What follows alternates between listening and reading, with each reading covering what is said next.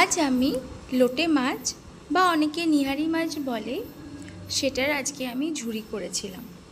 দেখতেই পাচ্ছ এখানে বেশ বড় বড় সাইজের লোটে মাছ রয়েছে এবং আমি এটাকে ম্যারিনেট করার জন্য একটা মশলা বানিয়ে নিয়েছিলাম। এই মশলার মধ্যে আছে গোটা জিরে, গোটা ধনে, শুকনো লঙ্কা, গোলমরিচ, আদা, রসুন এবং অল্প পেঁয়াজ বেটে নিয়েছিলাম এবং সেগুলোই এই লোটে মাছটার সাথে আমি মেখে ম্যারিনেট করে নেব। সঙ্গে দেব পরিমাণ মতন হলুদ। লবণটা কিন্তু আমি এখানে দেব না, কারণ লোটে মাছ থেকে খুব জল ওঠে এবং লোটে মাছটা একটু নরম গোছের হয়ে থাকে, ওই জন্য লবণটা এখানে আমি দেব না। এটা আমি রান্নার সময় দেব। এবার আমি লোটে মাছটাকে মাখিয়ে 15 থেকে 20 মিনিট রেখে দেব এবং অন্যান্য কাজগুলো করে নেব।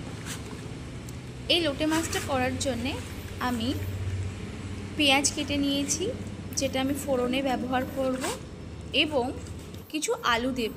আলু ভাজার মতনই আলুগুলো আমি কুচিয়ে নিয়েছি, দেখতে পাচ্ছ। এবং স্বাদটা যাতে আরও ভালো হয়, আমি এটা কিন্তু কাঠের জালে রান্নাটা করেছি। দেখতেই পাচ্ছ আমি কাঠের জালে করছি, এখানে কি সুন্দর লাগছে। তো এখানে পরিমাণ মতন আমি তেলটা দিয়ে নিয়েছি। কড়াই গরম হওয়ার পরে তার মধ্যে আমি ফোড়নে কিছুই দিইনি, শুধুমাত্র সেই কোচানো পেঁয়াজগুলোই দিয়েছি। পেঁয়াজগুলো দেওয়ার পরে পেঁয়াজগুলো যখন একটু ভাজা হবে, তখন এর মধ্যে আমি কোচানো আলুটাও দিয়ে দেব। আলুটা যখন একটু ভাজা ভাজা হবে, তখন আমি ম্যারিনেট করা লোটে মাছগুলো একটার পর একটা তার মধ্যে সাজিয়ে নেব এবং এটাকে আমি চাপা দিয়ে কিছুক্ষণ রান্না করে নেব।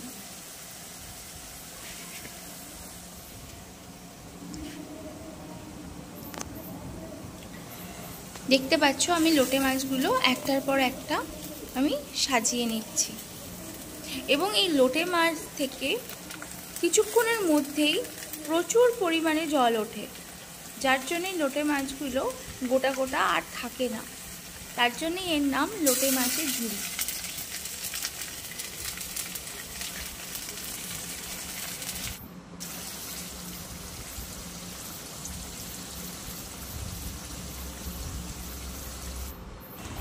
দেখো কিছুক্ষণের মধ্যেই কতটা জল উঠে গেছে লোটে মাছ থেকে। এখনও কিন্তু আমি এর মধ্যে লবণটা কিন্তু অ্যাড করিনি এবং দেখো কত নরম মাছ, খুন্তিটা দেওয়ার পরেই সেটা কিন্তু ভাঙতে শুরু করে দিয়েছে।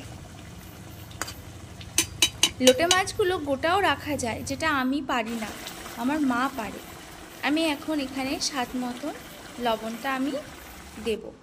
চেষ্টা করবে একটু কম লবণ দিতে, কারণ এটা নোনা মাছ হওয়ার জন্যে এতে নুনের পরিমাণটা বুঝে শুনেই দিতে হয়।